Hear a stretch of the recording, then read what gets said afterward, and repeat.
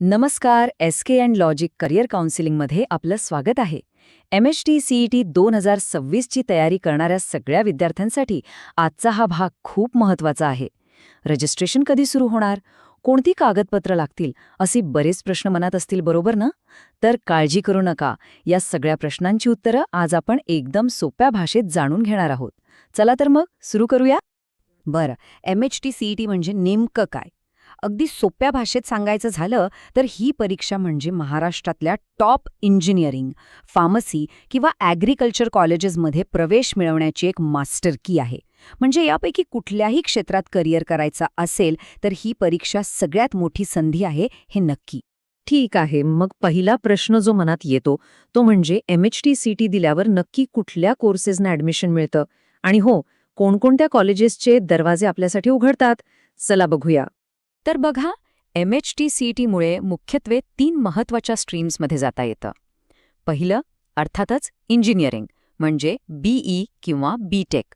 दुसरं आहे फार्मसी म्हणजेच B.Pharm आणि D.Pharm. आणि तिसरं म्हणजे ॲग्रिकल्चर आणि त्याच्याशी संबंधित इतर कोर्सेस. आता कॉलेजेस कोणती? तर MHCETचा स्कोर वापरून महाराष्ट्रातील जवळपास प्रत्येक गव्हर्नमेंट एडेड आणि प्रायव्हेट कॉलेजमध्ये ॲडमिशन घेता येतं.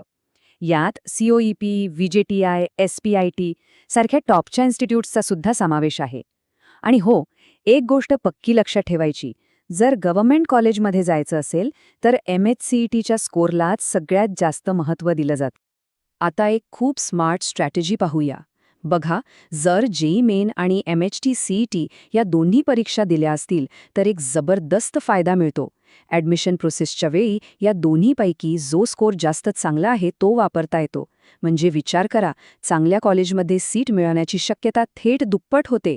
ओके, हे सगळं तर ठीक आहे, पण सगळ्यात महत्त्वाचा प्रश्न, रजिस्ट्रेशन प्रोसेस सुरू कधी होणार? चला, आता MHT CET 2026च्या अंदाजित टाईमलाईनवर एक नजर टाकूया.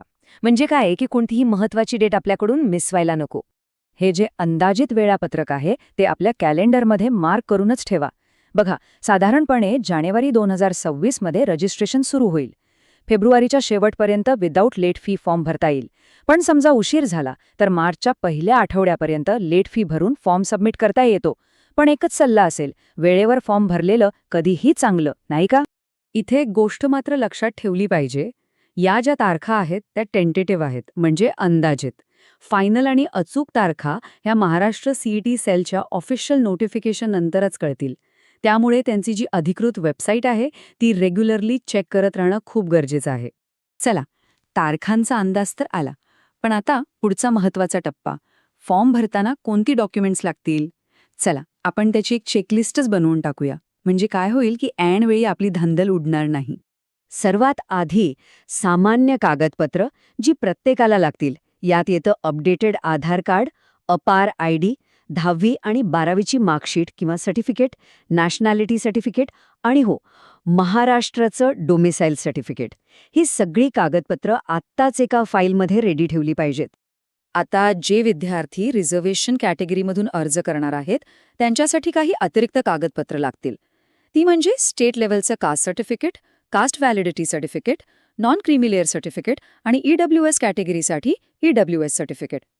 एक गोष्ट लक्षात घ्या, ही डॉक्युमेंट्स काढायला वेळ लागतो, त्यामुळे या कामात अजिबात उशीर करू नका. बरं, आता ऑनलाईन फॉर्म भरण्यासाठी काय काय लागेल?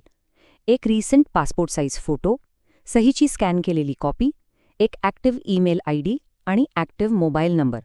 आणि इथे एक प्रोटिप, या सगळ्या गोष्टी आत्ताच स्कॅन करून कम्प्युटरमध्ये एका फोल्डरमध्ये सेव्ह करून ठेवा. म्हणजे फॉर्म भरताना खूप वेळ वाचेल. ओके, तर आता ह्या सगळ्या माहितीचा सार काय आहे आणि विद्यार्थ्यांसाठी एक महत्त्वाचा अलर्ट काय आहे ते पाहूया. एक गोष्ट नेहमी लक्षात ठेवा, MHCET 2026 ही फक्त एक परीक्षा नाहीये, तर महाराष्ट्रातल्या इंजिनिअरिंग कॉलेजेसमध्ये प्रवेश मिळवण्याचा हा एक मोठा मार्ग आहे.